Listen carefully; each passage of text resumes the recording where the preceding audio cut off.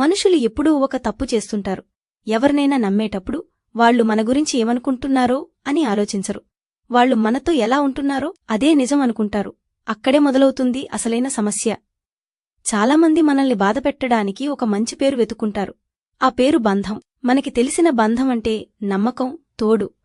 కాని వాళ్లకి బంధమంటే మనం వాళ్ల చెప్పుచేతల్లో ఉండడం. మనం వాళ్లకి నచ్చినట్లు చేయకపోతే వాళ్లు మనల్ని మానసికంగా హింసిస్తారు. దాన్ని కూడా వాళ్లు నీ మంచికే చేస్తున్నా అని ఒక ముసుగు వేస్తారు. ఇది వినడానికి చాలా విడ్డూరంగా అనిపిస్తుంది కదా. కాని మీరు గమనించండి, మిమ్మల్ని ఏడిపించే ప్రతి ఒక్కరూ మీరు ఏడవడానికి కారణం మీరే అని నమ్మిస్తారు. అప్పుడు మీరు బాధితుల్ని కూడా మర్చిపోయి వాళ్లని దేవుళ్లలా చూడడం మొదలుపెడతారు. ఈ డ్రామా చాలా కాలం నడుస్తుంది. రోజులు గడుస్తాయి. మనం నెమ్మదిగా మనల్ని మనం కోల్పోతాం. మన అభిరుచులు, మన ఆలోచనలు, మన క్యారెక్టర్ అన్నీ వాళ్లకి నచ్చినట్లు మారుతాయి.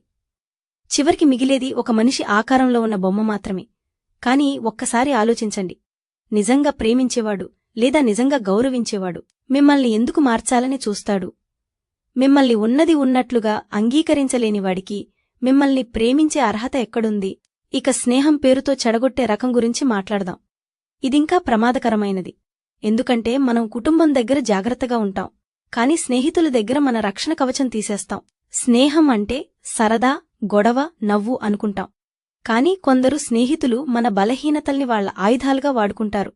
మీకు ఏదైనా సాధించాలనే కోరికుంటే దాన్ని నీరుగారుస్తారు. మీకు ఏదైనా తప్పు చేయాలనిపిస్తే దాన్ని ఎంకరేజ్ చేస్తారు. ఎందుకు? మీరు గొప్పవాళ్లైతే వాళ్లు తక్కువైపోతారనే భయం. లేదా మీరు వాళ్లకి తోడుగా లేకపోతే వాళ్లకి ఒంటరితనం వస్తుందనే స్వార్థం. వీళ్ళని గుర్తించడం చాలా కష్టం. ఎందుకంటే వాళ్లు మన పక్కనే ఉంటారు, మనతో కలిసి తింటారు, మనతో కలిసి నవ్వుతారు. కాని లోలోపల మన ఎదుగుదల వాళ్లకి నచ్చదు. మీరు మీ జీవితంలో ఏదైనా మంచి పని చెయ్యాలని ప్రయత్నించినప్పుడు వాళ్లు వాడే మాటలు గమనించండి. ఏముందిలే, ఇంత కష్టపడటం ఎందుకు? నీకెందుకులే ఆ గొడవంతా? నీకు అది రాదులే, వదిలే. ఇవి కేవలం సలహాలు కావు. ఇవి మీరు ఎదగకుండా వేసే అడ్డుగోడలు. వీళ్ళని స్నేహితులు అనడం కంటే మీ జీవితాన్ని స్లోగా పాయిజన్ చేస్తున్నవారు అనడం కరెక్ట్. జీవితంలో ఎవరినైనా దూరం పెట్టడమంటే వాళ్ళని ద్వేషించడం కాదు. అది కేవలం మీ ప్రశాంతత కోసం తీసుకునే ఒక నిర్ణయం. ఒక కంపు కొట్టే మురికివాళ్లు మనం ఉండలేం గదా. అలాగే మనల్ని ఎప్పుడూ తగ్గించే, మనల్ని మానసికంగా ఇబ్బంది పెట్టే మనుషులతో మనం కలిసి ఉండలేం. కాని మనకెందుకో ఆ గిల్ట్ ఉంటుంది. నేను వాళ్లని వదిలేస్తే వాళ్ళేమవుతారో, అందరూ నన్ను తప్పుగా అనుకుంటారేమో. ఈ ఆలోచనలే మనకి శత్రువులు. మీ జీవితం ఎవరికీ జవాబుదారీ కాదు. మీ సంతోషం, మీ ప్రశాంతత మీ చేతుల్లోనే ఉండాలి. ఎవరో ఒకరు చెప్పిన మాటకో, ఎవరో ఒకరి ప్రవర్తనకో మీరు బాధ్యులు కారు. మీరు ఎవరిని మీ సర్కిల్లోకి రాణిస్తున్నారు, ఎవరికి మీ మనసులో చోటిస్తున్నారు, ఇది మీ చేతిలో ఉంది. ఎవరినైనా సరే, వాళ్లు ఎంత పాత స్నేహితులైనా, ఎంత దగ్గరి బంధువులైనా సరే, మిమ్మల్ని మీరు చిన్నబోయేలా చేస్తే, మిమ్మల్ని మీరు తక్కువ చేసుకునేలా చేస్తే అక్కడ్నుండి పక్కకు వచ్చేయడం ఒక తెలివైన పని. అయితే ఇక్కడ ఒక క్లారిటీ ఉండాలి. ఎవరినైనా దూరం పెట్టేటప్పుడు వాళ్లమీద కోపం చూపించాల్సిన పనిలేదు. పెద్దగా గొడవలు పడాల్సిన అవసరం లేదు. నిశ్శబ్దంగా వెనక్కి తగ్గండి. ఎందుకంటే మనం ఎవరినీ మార్చలేం. మనం చెయ్యగలిగింది ఒక్కటే, మనల్ని మనం కాపాడుకోవడం. ఎవరితో ఎంత దూరం ఉండాలో, ఎవరికి ఎంత ప్రాధాన్యత ఇవ్వాలో ఇది మనం నేర్చుకోవాల్సిన పాఠం. చాలామంది అనుకుంటారు, నేను గట్టిగా మాట్లాడితే వాళ్లు అర్థం చేసుకుంటారు అని.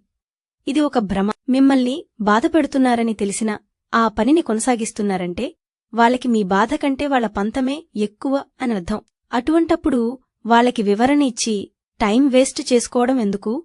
మీ లైఫ్ ప్రయాణంలో అందరూ కలిసి ప్రయాణించరు. కొందరు కొన్ని స్టేషన్ల వరకే వస్తారు, ఆ తర్వాత దిగిపోతారు.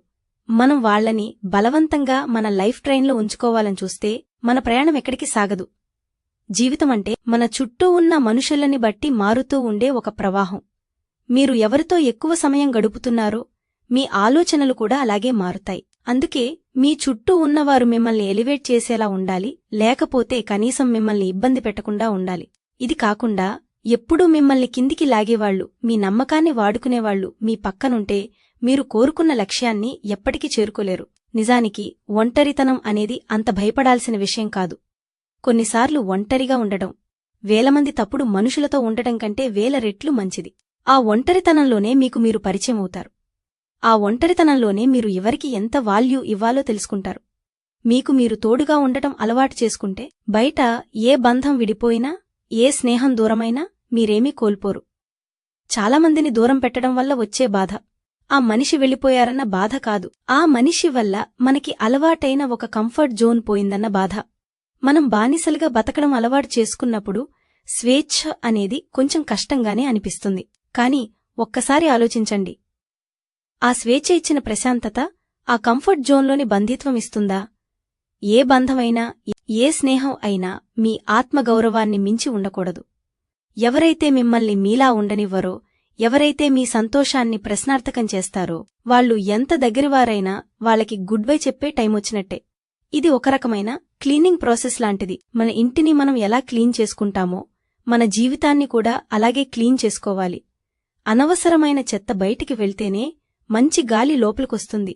అప్పుడే మీ మనసు ప్రశాంతంగా ఉంటుంది. అప్పుడే మీరు నిజమైన మనుషుల్ని, నిజమైన స్నేహాలని గుర్తించగలరు. బహుశా మనం ఎవరినీ బాధ్యులను చేయనవసరం లేదు. మనం మనుషులను ఎంచుకోవడంలో చేసిన తప్పుని మనం అర్థం చేసుకుంటే చాలు.